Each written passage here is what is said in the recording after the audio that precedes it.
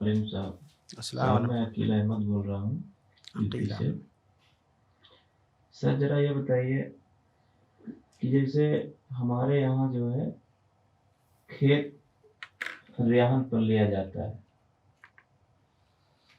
जैसे कि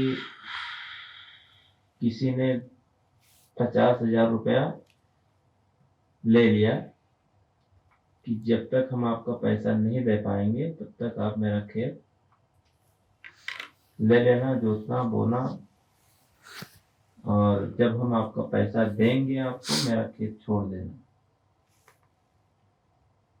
तो मेरे समझ से तो ये गलत लग रहा है, क्योंकि पैसा का पैसा बना हुआ है, पैसा उतना ही देना पड़ेगा। और खेत भी लेके जोत रहे हैं, तो ये किसी ब्याज का ही सिस्टम है, सूद ब्याज वाला सिस्टम लग रहा है मुझे। मतलब मैं वही सोच रहा था, तो ज़रा इसका कुरान और हदीस के मुताबिक बात बताएं इंशाअल्लाह। आपको अस्सलाम वालेकुम। ये अकील भाई साहब हैं, यूपी से सवाल पूछ रहे हैं। इनका कहना है कि हमारे यहाँ खेत रहन पे दिया जाता है, यानी 50,000 रुपया एक किसी को कर्ज लेना है, 50,000 रुपया लेता है और सामने वाले को अपना खेत दे देता है रहन पे, और वो जोतता बोता करता है, तब तक उसका खेत इस्तेमाल करता है जब तक कि सामने वाला उसका पैसा वापस ना कर दे। तो भाई साहब खुद ही कह रहे हैं कि ये ठीक नहीं लग रहा है, सूद ब्याज लग रहा है। लेकिन ये पूछ रहे हैं कन्फर्म करने के लिए कि क्या है। तो हकीकत में भाई साहब ये सूद ही है, ये सूद है, इसमें कोई शक नहीं। इसको शायद धरोहर ऐसे कुछ बोलते हैं देहात में।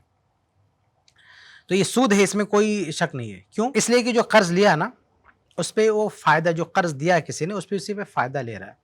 और ये ज़ाब्ता है कि कुल्लु क़र्ज़िन जर्रा मनफ़अतन फ़हुवा रिबा। हर वो कर्ज जो फ़ायदा दिलाए वो सूद है। तो 50,000 जो दिया है किसी किसान को और उसके बदले में उसका खेत लेके बैठा हुआ है, जोत बो रहा है, तो ये 50,000 भी वापस लेगा बाद में, और उस पर ये प्लस बेनिफिट जो उठा रहा है, ये सरासर सूद है, इसमें कोई शक नहीं। अच्छा, एक चीज़ और आपके सामने वाज़ेह कर दूँ कि ये जो सूद है, यानी खेत का फ़ायदा उठा रहा है, इसको जो रहन बोल रहे हैं ना, ये भी गलत है। ये रहन कैसे हो सकता है? ये रहन किसी भी एतबार से नहीं हो सकता है। देखिए, एक तो ये कि 50,000 सिर्फ़ दिया है तो खेत तो कई लाख का होगा। भई रहन जो होती है ना, रहन में कोई चीज़ दी जाती है तो जो कर्ज़ का जो अमाउंट है ना, उसके आस-पास होता है। बराबर कम-ज़्यादा हो सकता है, लेकिन बहुत ज़्यादा फ़र्क नहीं पड़ता है।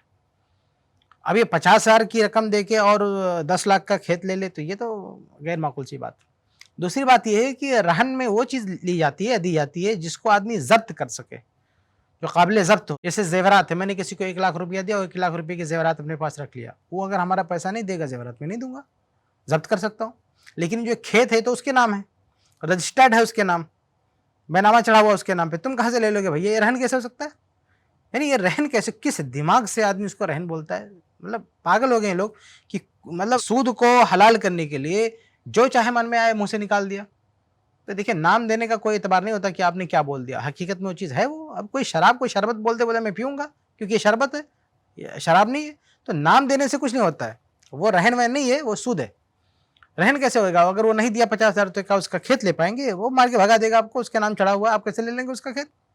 तो ये रहन-वहन नहीं है, ये सूद है, इससे बचना चाहिए। उम्मीद है कि आपको जवाब मिल गया होगा।